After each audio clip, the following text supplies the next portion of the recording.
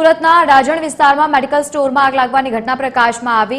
આગ લાગતાની સાથે જ અફરાતફરીનો માહોલ પણ સર્જાયો હતો। મહત્વનું છે કે સ્ટોરમાંથી વાહનના શોરૂમમાં આગ પ્રસરી ગઈ। ભીષણ આગ લાગતા વાહન બળીને ખાખ થયા છે। ફાયર ફાઇટરની 6 જેટલી ગાડીઓ ઘટના સ્થળે આવી પહોંચી પાણીનો મારો ચલાવી આગ પર કાબુ મેળવાયો છે। હાલમાં ફાયરના જવાનોએ કુલિંગની પ્રક્રિયા હાથ ધરી છે। સદનસીબે આ ઘટનામાં કોઈ જાનહાનિના સમાચાર નથી।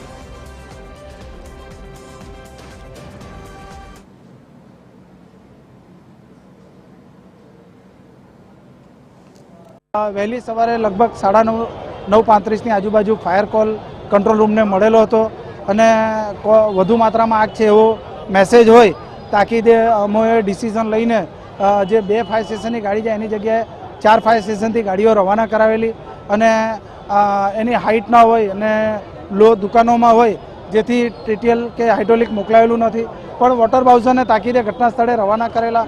ફાયરની ટીમો જેવી તાકીદે ઘટના સ્થળે આવી જતા એમણે જોયું કે આગ બીજી દુકાનમાં પસરી શકે તેમ છે।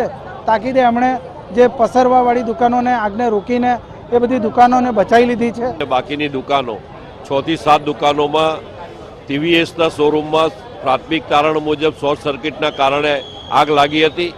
જોતામાં આગ પ્રસરી તાત્કાલિક ફાયર બ્રિગેડના જવાનો વસંત પરીખની ટીમ એ આખી ઘટના સ્થળે આવીને આગ પર કંટ્રોલ મેળવ્યો છે। એમાં આગળ એક ટીવીએસ ઇલેક્ટ્રિક ગાડીનો શોરૂમ છે, પછી મેડિકલ સ્ટોર છે અને એક આઈસ્ક્રીમ પાર્લર છે। તો કોઈ કારણસર ટીવીએસના શોરૂમમાં શોર્ટ સર્કિટ થયું અને ઇલેક્ટ્રિક ગાડી એટલે બેટરી એક પછી એક બે સળગી અને બહુ મોટું આગનું સ્વરૂપ ધારણ કરી દીધું।